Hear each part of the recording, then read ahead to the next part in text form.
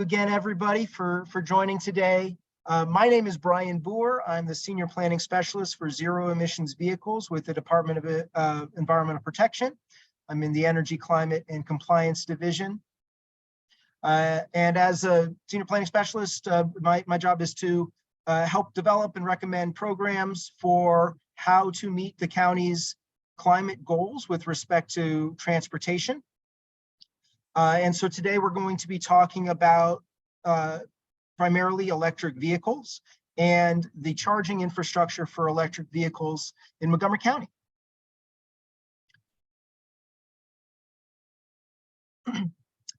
The presentation today is going to touch on a few topics. We're going to start with an introduction to electric vehicles and EV charging, just to provide a base for everybody who's on the meeting today. And talk a little bit more about what is a community EV charging plan. What are we trying to accomplish with this plan? We'll talk about how to evaluate potential sites in Montgomery County for EV charging. We'll talk about some elements of the EV charging experience and what is important and what the county's roles and responsibilities should be with respect to community EV charging. And then we can talk about some of the funding and management options for how to pay for this charging, how to keep it operational. We will then discuss some of the community engagement strategies that we are using to get input from the community, from folks like yourselves. And then we'll end with hopefully plenty of time for questions and discussion, and we'll tee up some discussion questions. So again, thank you very much. First question is, why electric vehicles? As many of you may know, Montgomery County published a climate action plan in 2021 that set a pretty ambitious goal for greenhouse gas emissions reductions. The goal is to reduce emissions by 80% by 2027 and by 100% by 2035.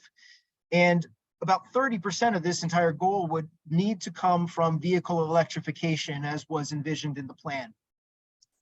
And so EVs provide a wide range of benefits to county residents. Number one, they have zero tailpipe emissions and 50% lower life cycle greenhouse gas emissions. They have a lower cost of ownership from using electricity instead of gasoline, as well as fewer maintenance costs. Electric vehicles require less maintenance. Electric vehicles also offer the promise of convenient charging at home, at work, or your destination. And these new vehicles that are coming out drive really nicely. They have fast acceleration, modern features. And so for all of these reasons, the market for electric vehicles in Montgomery County is growing really quickly. We'll get into that in a second. And I just want to note that I have muted participants for the chat, but if you have any questions or want to leave a comment in the chat, please feel free to use that feature. That should be available to you in the chat box on your menu of your Zoom screen. So real quickly, I want to provide some basic information about the different types of EV charging. Level 1 charging is the basic charging that plugs into any standard household outlet, 120 volt outlet. And that's going to provide pretty slow charging. It's going to give you about 5 miles of range in your battery per hour of charging. And while some people think that that is too slow, for many drivers, that will meet your daily driving needs. Say you drive 30 or 40 miles a day or less. If you are able to charge overnight, with your level 1 charging, that's going to refill that battery. Level 2 charging is the next fastest type of charging. This is going to use a 220 volt circuit, going to need maybe, at a minimum 30 amps, maybe all the way up to 80 amps in some of the equipment that's coming out today.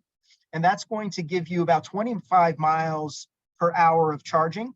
And typically you're going to use level 2 charging in the course of a 4 to 6 hour session if you're charging in public at, say, at a parking garage, or if you're charging at home, you'll use your level 2 charger, charge overnight, and generally replenish your battery overnight. And finally, DC fast charging is the fastest that's out there. It uses 480 volt 3-phase power. You can have a wide range of power output, ranging from about 50 kilowatt hours, and some equipment today is actually putting out 250 kilowatt hours, which is a lot of power. If you see a level 3 charging station, that's using about the same amount of energy as a big box store. So there's a lot of power that goes into this equipment. But what you get out of that is you're able to fully charge your vehicle in 30 to 60 minutes. So this is the kind of charging that you would see typically on highways and in retail areas where you're able to recharge your battery, or you're looking to recharge your battery quickly. Excuse me. So I mentioned before, the market for electric vehicles in Montgomery County is growing very rapidly.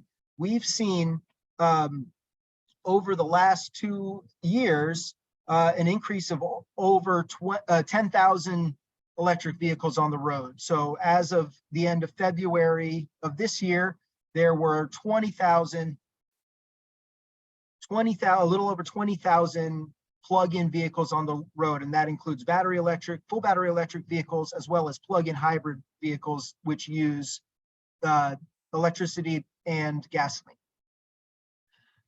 So that's a very rapid rate of adoption. About 12% of all newly registered vehicles in Montgomery County in 2022 were plug-in, and we're expecting that number to grow even more quickly. There's a number of things that are driving this growth. I mentioned just the features of the vehicle, which are very popular for consumers, and so that demand is growing on its own. But there are also some policies that are all going to accelerate EV adoption even further. The first one of these you can see is called Advanced Clean Cars 2, and this is a standard that was adopted by the state of Maryland and adopted by a number of other states as well, including California, that seek to make sure that a certain percentage of the vehicles sold in that state each year are electric vehicles. And that's essentially going to be the baseline. That's going to be the bottom line for the number of EVs that are going to be sold, and it's going to that standard increases over time. So in about 2025, you're looking at a minimum of 25% of vehicles increasing all the way up to 80% by 2032, and eventually getting to 100% by 2035. And that's the standard that's in the law, and that's what a number of manufacturers are reacting to. And then you may have heard the news just announced yesterday that the EPA is setting new fuel efficiency, fuel economy standards that they expect will result in about 2/3 of vehicles sold nationwide being electric vehicles by 2032. So that's the green dot you see on this chart here on the left. Now, assuming that's the floor, and recognizing that the market is already very hot for electric vehicles in Montgomery County, we look at a couple of other scenarios as well, a medium adoption scenario and a fast adoption scenario that would say what would happen if the market share for electric vehicles is doubling year over year. This is a picture of what that could look like. And then here on the right side is what this scale of new registered vehicles would mean for the total vehicles on the market. And so if we have 20,000 vehicles in 2022, with these curves, you're looking at potentially 150,000 to 250,000 vehicles on the road by the end of this decade. And so that's a major change in the types of vehicles on the road and the way that they're going to charge. So what's happening already? The number of public EV charging plugs in Montgomery County is growing rapidly. You can see here at the end of 2022, there were nearly 600 plugs, including both level 2 and DC fast charging plugs in Montgomery County. And that's in addition to charging that would be in private apartment building garages and in people's homes and things like that. So the amount of infrastructure is growing, but it is probably not growing fast enough. So that's where the community EV charging plan comes in. Community EV charging includes any EV supply equipment, which is another word for an electric vehicle charger, EV supply equipment that is accessible and intended for use by the general public. And so the purpose of a community EV charging plan is to guide county agencies, other local governments in our area, as well as the public in how to prioritize and make decisions around their own EV charging investments and how to pursue a number of different federal funding opportunities, state incentives, and utility programs that are out there. And so what we want to do is develop this framework that's going to provide this guidance, not just for the next year, but for a number of years to come. So we have a pretty clear idea about how much charging is needed and where it should go. So how much infrastructure is needed? There's a tool that was put out by a national laboratory called the National Renewable Energy Laboratory, NREL. This model lets you calculate the size, the amount of electric vehicle charging of different types that would be needed for different amounts of vehicles on the road. And so if we plug in a few of these scenarios into this model, this is what it concludes. And there are a number of other ways that you can manage this model to get different results, but this is the default scenario. And so with 25,000 vehicles on the road, which we would see potentially this year, looks like we would want to have about 400 public level 2 chargers, 73 public level 3 chargers. I think, based on what we have, that seems like we already have enough. But I think if you were to speak to your neighbors, or maybe you're an EV driver yourself,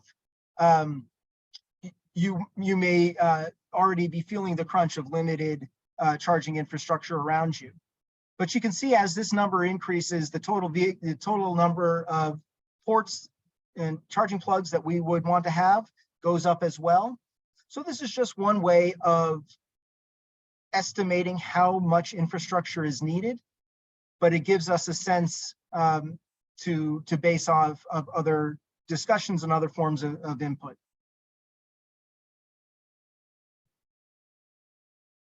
So where can EV charging be located? Pretty much anywhere. You can have EV charging at home, whether you live in a multifamily building, a common ownership community like a condo or townhome community, or potentially in the residential neighborhoods on the public right-of-way, you can have charging. That would make it available for single-family homes that don't have a garage or driveway for off-street parking. You can have charging at the workplace. This includes commercial office parks, K-12 schools, Montgomery County Public Schools potentially, as well as colleges and training facilities, anywhere where you're going for the day and spending a long amount of time. You have your destination charging, which is places where you would be going normally and you'd be able to charge your vehicle, including commercial centers with retail and food service, parks and trails, public buildings like rec centers, libraries, and other facilities. And this also includes public parking garages and parking lots. And then finally, a big need for charging is in that commuter space, especially in highways, so that folks who are traveling interstate have a way to stop and recharge. Our current infrastructure is based around gas stations and convenience stores, so that also may be a big part of the infrastructure in the future. And then, You can also think about charging that helps you take advantage of other modes of transportation. So at our park and ride facilities, at metro stations, places where you're going to go, leave your car potentially, and then continue your commute for longer. And so this is, putting these out there as the whole potential areas where charging could be located. And then what the community EV charging plan would seek to do is prioritize those in some way. And so there's a number of factors that we consider, and we've had discussions internally across county agencies about some of the important factors that we should consider when prioritizing sites. And so I'll discuss a few of these. The Climate Action Plan recognizes that certain groups, such as people of color, lower income people, immigrants, the elderly, and people with physical disabilities, are disproportionately affected by climate change, but also have a limited ability to respond and adapt to its impacts. And therefore, the Climate Action Plan seek to identify a number of ways that it could address these past injustices and ensure that climate action is tailored to the needs of all climate residents. And so when considering specific equity enhancing measures, the Climate Action Plan called out, among other things, to intentionally and proactively engage with underserved and historically disadvantaged communities, as well as to ensure that electric vehicle charging is distributed across Montgomery County in an equitable way. So we look at how to promote racial equity and social justice as one of the factors in prioritizing sites. Next, we want to enable EV adoption for apartments and condos. Folks that don't have their own off-street parking it's significantly more difficult to make that change to electric vehicles. Now, a lot of residents of apartments and condos have already made that switch and are struggling through the challenge of not having easy access charging at home. And so there are a number of ways to help expand infrastructure so that apartment and condo residents have access to infrastructure. We also want to enable EV adoption in rural areas. This is not only a Montgomery County goal, but a federal goal as well. Montgomery County is a unique place in that it has a wide diversity of the types of areas of this county, from very dense urban areas to very rural open areas. And we want to make sure we're not forgetting about Up County and other places that are more rural when we're just determining where to place charging. Of course, we need to meet the high current demand as well as the projected demand of where vehicles are coming, and think about those places that maybe be commercial centers, places where there is a lot of demand for driving, for parking, and by extension for EV charging. We want to promote multimodal transportation. We know that we're not going to be able to meet the transportation related climate reductions, greenhouse gas reductions, by only changing everybody from driving, single ownership gas vehicles to electric vehicles. It's also going to require some shift in the way we move about and encouraging folks to take advantage of public transportation. And so when we think about the EV infrastructure that hopefully, if it's installed this year, it's still operational 10 years from now, that we're thinking about the future in what we're doing. And then finally, the last factor listed on this slide, and certainly not the last factor that we should be considering, but the need to serve the Montgomery County fleet and emergency management needs. So Montgomery County Fleet is attempting to electrify the fleet as it becomes available, as models become available, as vehicle options become available and the budget allows. And that's going to mean expanding EV charging. And so there's ways that expanding EV charging in a way that serves the fleet can also serve the public and create a cohesive network. want to spend a little bit more time on the equity-based factors that we can consider. There are a number of geographic tools that we can use in our planning effort to look at areas of the county. And three of these equity-based areas are there's equity-focused areas, which was a metric created by the Maryland National Capital Park and Planning Commission, Montgomery Planning. There are equity emphasis areas, which were defined by the Metro Washington Council of Governments. And then there's the Justice 40 census tracts, which were envisioned by the current administration to identify areas that have been historically disadvantaged and try to direct some amount of federal funding to those areas. And so in this map, you can see there are some overlap between these different areas in the county, but there's also some places where they're different. And they're important in different ways. And I think by looking at the picture as a whole, you can identify and try to find sites that are going to be advancing equity goals. And we have a number of these sites or these areas available for you to explore on your own with the tool that we created called the Charge Montgomery Story Map. In addition to those equity-based factors, you can also look at the placement of current publicly available charging. This is charging that's at county sites as well as at private properties that are open to the public. And then you can also look at different measurements, including where electric vehicles are currently concentrated.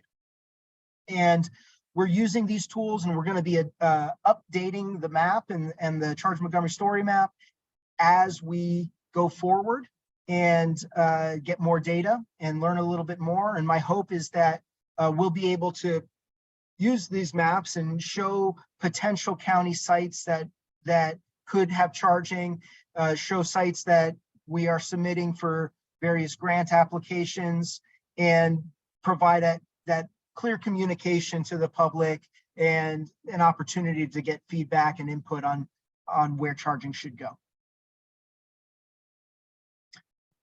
If you receive the Montgomery County EV Purchasing Co-op newsletter, we've shared these tools on there. They've also been shared in the county executives newsletter. I'll make sure to drop a link to those tools in the chat and give you a chance to access them. One of the really important things that we're doing is trying to gather community input.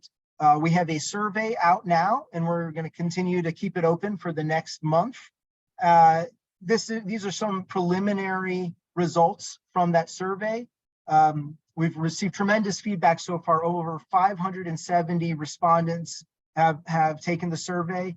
So I'm extremely happy. I hope that a number of you have been able to take that survey as well. Here's just a little snapshot of the results we've received so far. We'll do a more complete share out of those results once the survey closes. But here on the left shows that a number of different types of sites: multifamily buildings, residential neighborhoods, retail, highways, and then the different kinds of EV charging, levels of EV charging that folks think is best for that site. And so you can see in this survey, level 2 charging in the blue is the most popular option for most of the sites on the list. There's a few where level DC fast charging is most popular, namely highways and commuting corridors, as well as retail and food service. Community centers and that kind of location also has a high proportion of EV charging. And then we give the option to also indicate whether you don't think that location is suitable for EV charging at all, which is a perfectly reasonable answer. This is a word cloud that just shows the frequency of how many people have indicated that these kind of sites are priorities. The bigger the letters here, the more people have indicated that that is a priority site. And you can see multifamily communities, that's the #1 mentioned type of site so far in the survey. So we definitely recognize that there's a big hunger for additional EV charging in the site.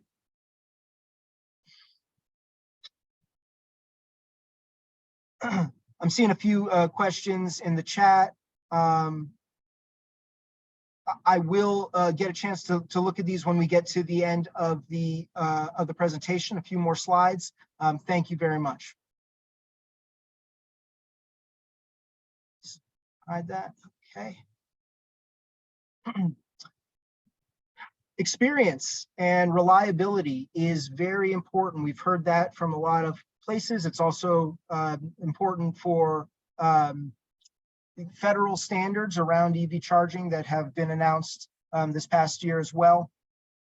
In our survey, we ask about different amenities and features of a public charging site that you might think are important, like lighting, seating, shade, handicap access, security cameras, Wi-Fi. I'll say that so far it looks like overhead lighting is really, really popular, and that makes a lot of sense. You don't want to have parking or charging in a dark parking lot. Want people to feel safe, want it to be a welcoming experience. And then there's a lot to think about in terms of reliability, the necessary maintenance and repair of the equipment, as well as making sure that the network that this equipment is on remains working, because a lot of times you have the network go down, nothing wrong with the equipment, but the charge session won't start. Also, you need to think about parking. How should parking be enforced? Is it EV only parking? Is there a time limit? Are there fines and different enforcement mechanisms that are important to have? Want to make sure that if there is EV charging somewhere, there's signage that helps you find it. There's a lot of, there's places where there's EV charging, but even I noticed EV chargers I didn't know were there. I was like, oh, there's an EV charger there. I didn't know that. And so it'd be great if we have better signage and better ways of finding EV charging. And then one of the other important things that we hear a lot is that there's all of this, network of different charging services, different ways to pay, can be very confusing and hard to navigate.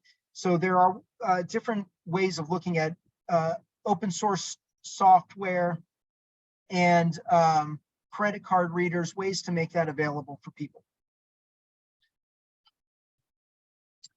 We'll also be considering different funding and management models in terms of how to pay for that charging up front and how to keep it working over the course of hopefully, like I said, 10 years or more. So we think about different types of costs, different maintenance, and then there's a couple different models. You can have the county own and pay for all that outright. The county pays the cost for the preparation, installation, the equipment. They set the rates and the policies for usage. Generally, the county would subscribe to some network service, or the site host would subscribe to a network service, and then you'd have to, county staff would need to maintain that through our own county staff or operate a separate third-party vendor. On the other side of the spectrum, there is the private ownership model, where a private site operator comes in. They can cover 100% of the costs of installation and the equipment, but then because of that, they get to set the usage rates, they get to set policies, and if they find that that site isn't actually making them profit, they could have the right to suspend operation and take that equipment out of the ground, or just turn it off.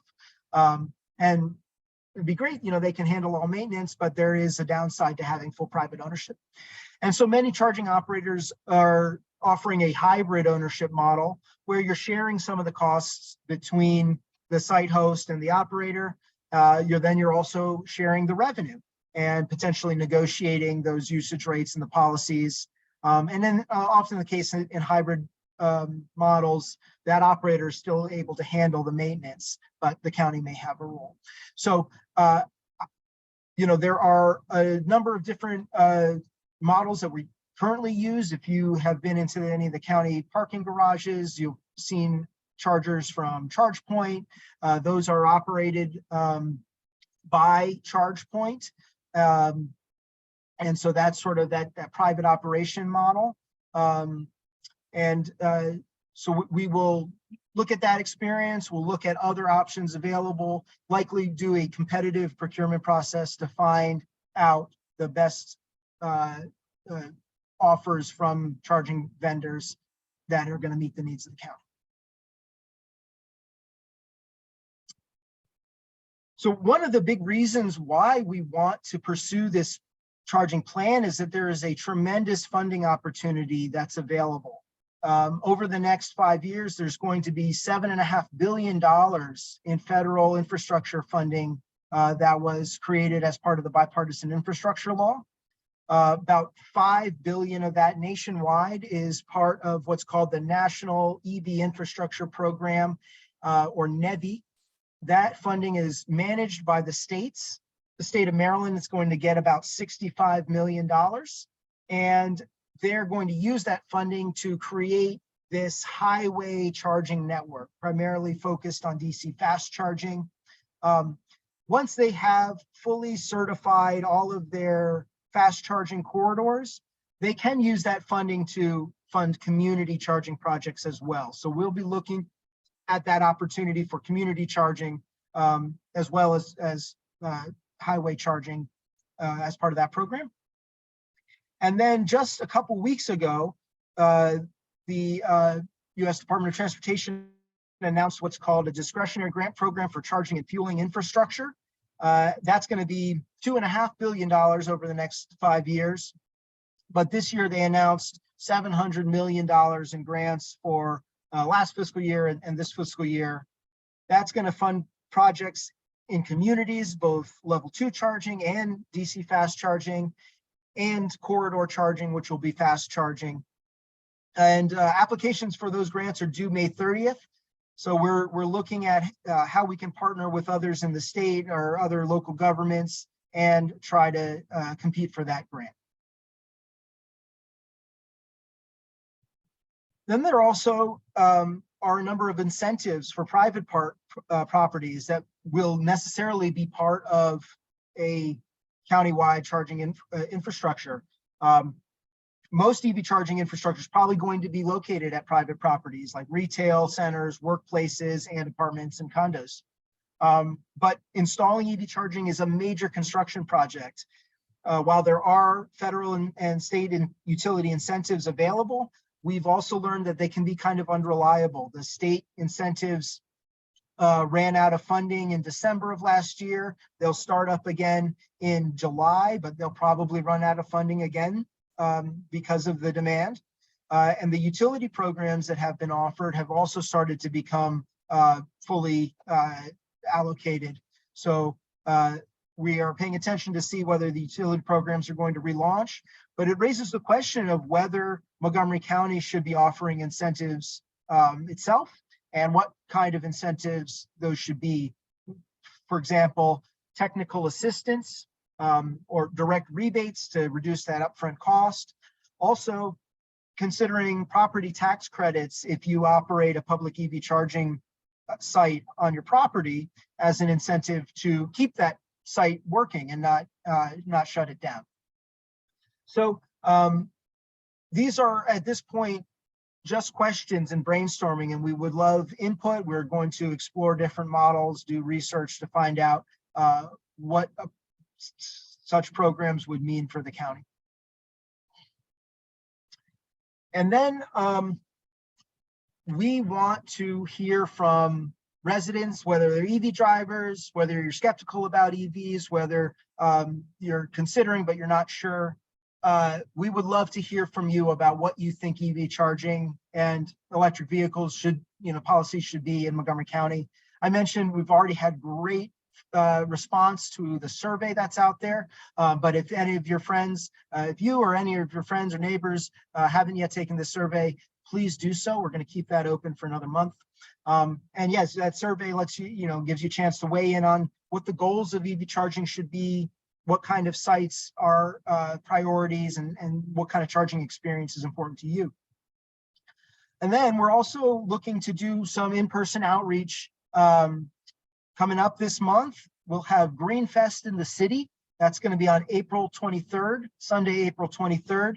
It'll be 12 to 5 p.m. in downtown Wheaton, right outside of the county office building here. And we're going to have a EV exhibit where you're going to be able to see some of the most popular EV models in person.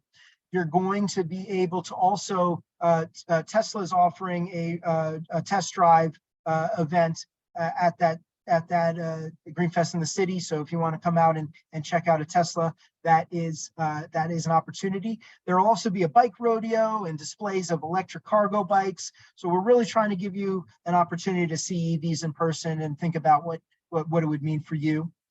But then in addition, we're planning other events. We're looking at our partners at the EV Owners Association of DC, who also are always coming up with great events in the community. We advertise those opportunities in the EV Co-op newsletter that goes out once a month. And then as this plan develops, as we start looking at specific sites and specific communities, I think there's a really great opportunity to have some focused meetings in those communities, talk to folks, get a sense of where EV charging is needed, what is important about putting a site there. If you are a member of a community and you're working with your neighbors and you're wanting to contact us and talk about what your needs are proactively, I would love that. I would love to come and talk to you. Please don't hesitate to reach out. I'll have my contact information in at the last slide. So that's the end of my presentation, but we have about 20 minutes left for questions and answers and some discussion. So I threw up some discussion questions here on the board, but I also want to give the opportunity for you to provide the feedback you want. So let's see, is there a way, I'll see some Q&A on here.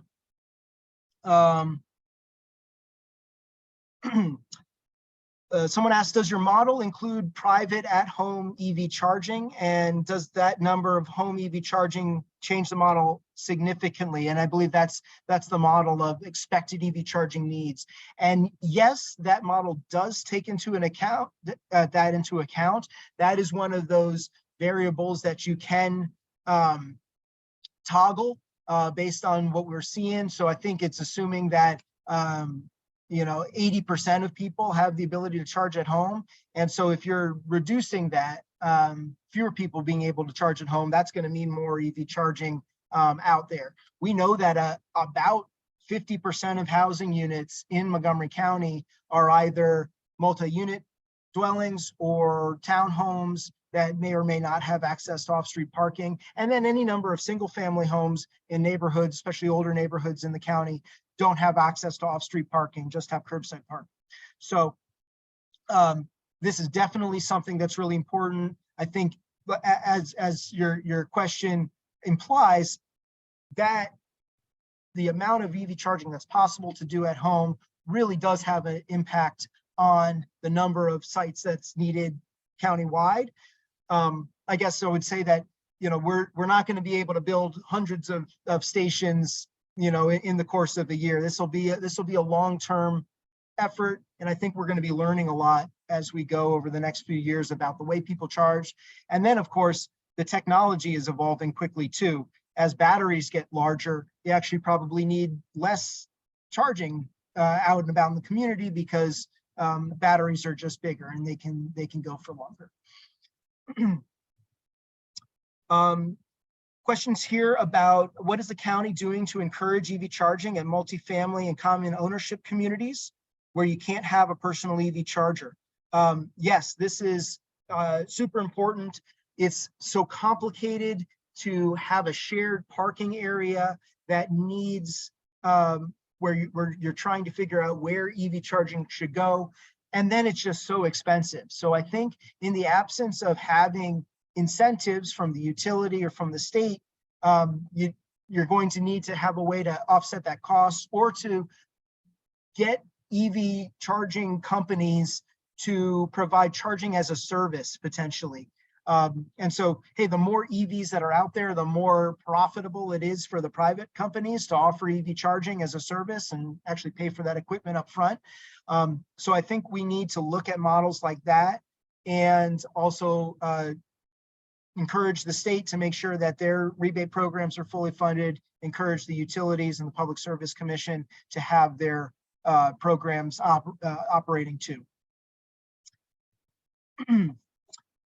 And then another question here about equitable cost for private charging infrastructure. There's a big variety.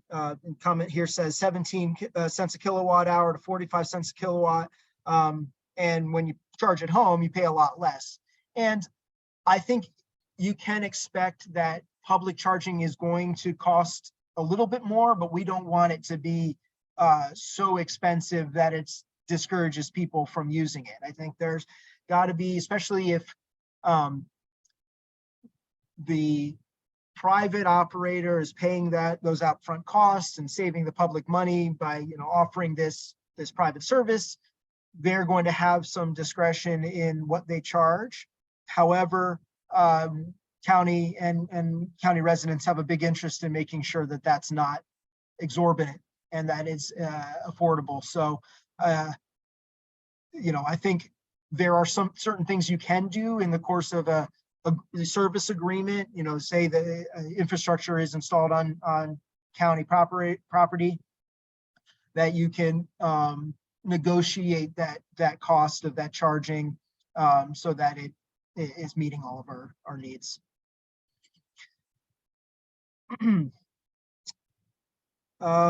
Look, pulling up the chat here too. So I see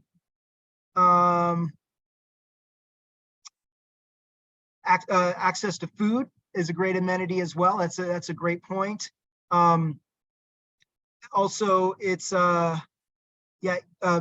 mention East County residents. Absolutely. I think by virtue of using this planning map and looking at the areas where it's clear that there is no EV charging now, or very limited EV charging now, where we look at the concentration of equity emphasis areas. I think by looking at that map, it really provides a clear visualization of where charging is, where charging is needed, and a lot of those factors. So I'm hoping that using tools like that is going to help our decision makers in the county not forget about East County, Up County, and other places that sometimes are forgotten about. How can we get the EV Co-op newsletter? Great question. I will drop a link to that subscription in the chat as well. And then question about highways, and shouldn't the federal government partner with states? So yes, that's through the NEVI program, National EV Infrastructure Program. The federal government has delegated to the states to build out that interstate infrastructure. That'll be how, and they're setting standards. So the standards are that you have to have a compliant fast charging station at least every 50 miles. There's uptime standards. And so I think the federal government is providing some guidance to the states, and hopefully the state of Maryland will announce their request for proposal on EV charging sites in the not too distant future. How can we find out about Montgomery County incentive programs for multifamily buildings? That it sounds like your community is gathering information and you want to do as much as possible, and that's awesome. You can reach out to me directly and I can talk to you about the options. One thing I will mention is that we have an organization here in the county called the Montgomery County Green Bank, and they are able to offer technical assistance. They're also able to offer financing packages that can make it possible to reduce those upfront costs. Montgomery County currently does not offer any incentives from the county for multifamily buildings or for single family buildings. The county itself does not have an incentive, but we are pointing to the utility incentives and the state incentives, and looking into the kind of programs that we should create for the county.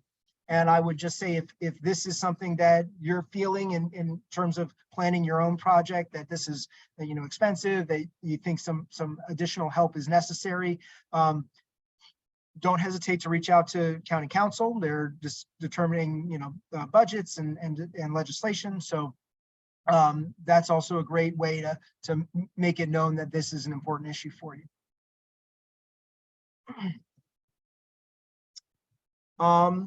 Any other questions? Anybody else have anything? I don't know if you're able to raise your hand. I could take you off mute if you have a comment or a question. Trying to navigate here. And while we do that, I will try to pull up the resources. Okay.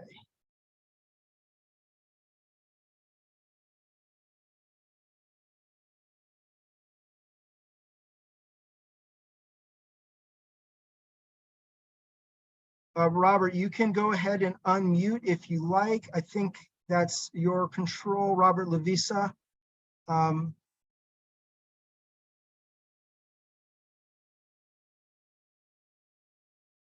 Apologies if it's not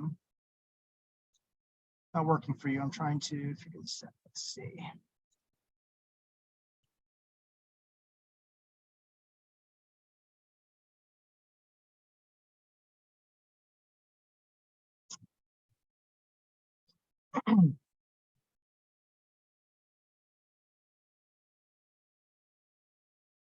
Robert, if you're able to unmute yourself, you would be able to make your comment or ask your question.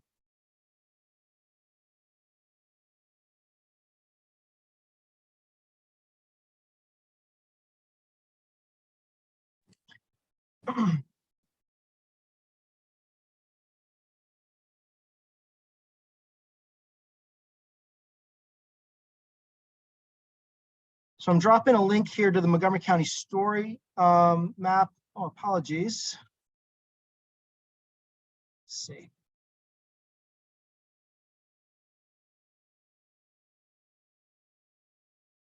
Want this, do you? I was able to unmute, just letting you know, by hitting the button at the lower left-hand side. Right Thank on you, the Bob. microphone. Right on the microphone. Yeah, apologies, Robert. I'm trying to unmute myself, but I think that it is.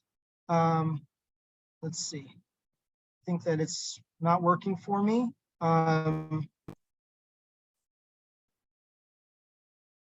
If you have a question you want to ask in the chat, I'd be happy to address it that way.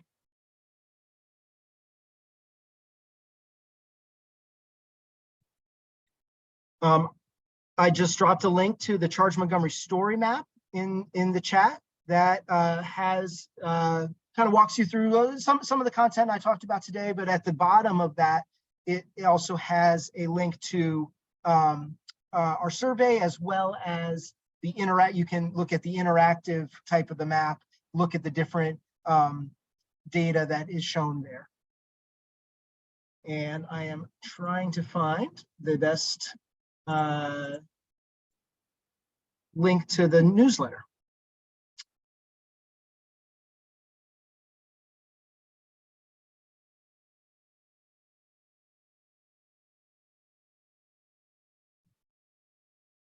Aha, I found it. If you'd like to sign up for the newsletter, that link that I just posted in the chat is there. And I will resume sharing my screen. And my contact information is here. I'll also post it in the chat. As I mentioned, I am happy to speak with you directly. I'm happy to set up a meeting with you and your community. I've helped a number of different apartment communities, common ownership communities, just try to navigate this process. There's some things I don't know and some things I can't help with, but I would be just happy to hear about your experience as much as I can and see and help where I can.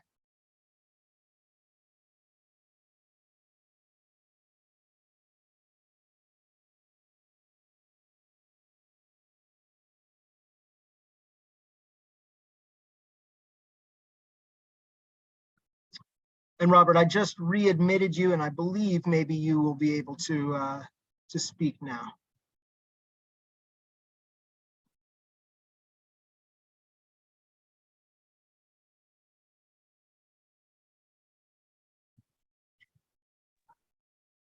There we go. Can you hear me? Yes, I can. This is Robert. Sorry about that. I won't explain all the details that I had to go through to get this thing to work, but I noticed that you're recording this session.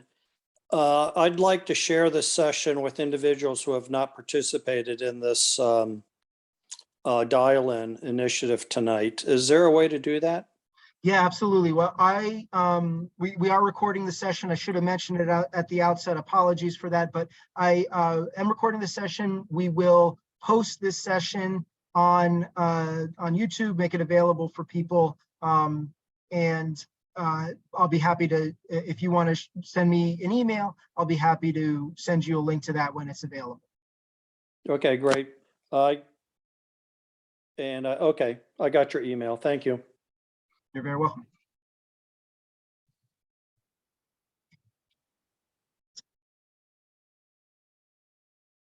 If anyone has any other questions, please do let me know. If anyone wants to weigh in on any of the discussion questions that we have here on the board. And we got a couple more minutes for that, but I would be happy to also adjourn the meeting if folks have gotten the information they need.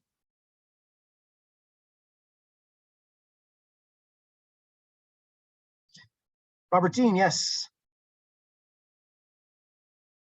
Hopefully, there you go. Okay, yeah. Okay, I think I got it. Thank you, and thank you very much. I think you've answered a lot of questions for everybody on this. My one concern was that I know in a lot of the county parking lots, you know, you'd mentioned the charge point, and there's also the EVgo stations in county parking lots, and that is one of my concerns is the equitable pricing, and I think those are higher than they should be. I mean, I know the companies have to make money, but if the county's providing it as a service to the residents, those of us that can't charge at home, you know, that's just a concern of mine. It's just the cost of the facilities at county-owned facilities. Yeah, thank you very much. I think, I mean, it's a good point. And hopefully by being more proactive and how we plan and having a more complete, set of, procurement strategies, we're going to be able to think about those things, instead of just trying to place charging and meet the need. If we can think a little bit more proactively, we should be able to address that, hopefully. Point is well taken.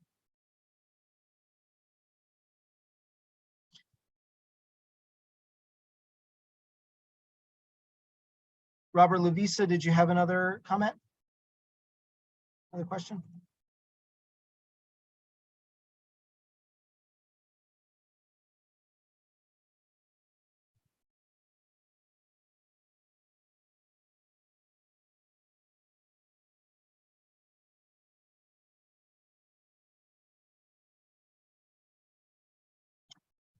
Well, thank you for that comment, Mark and Susan.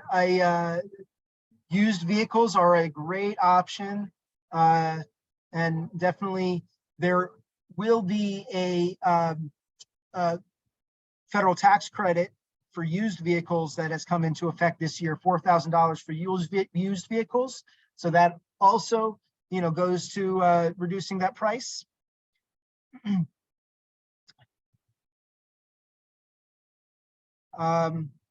Robert, I am trying to unmute you. I am not sure what is the problem.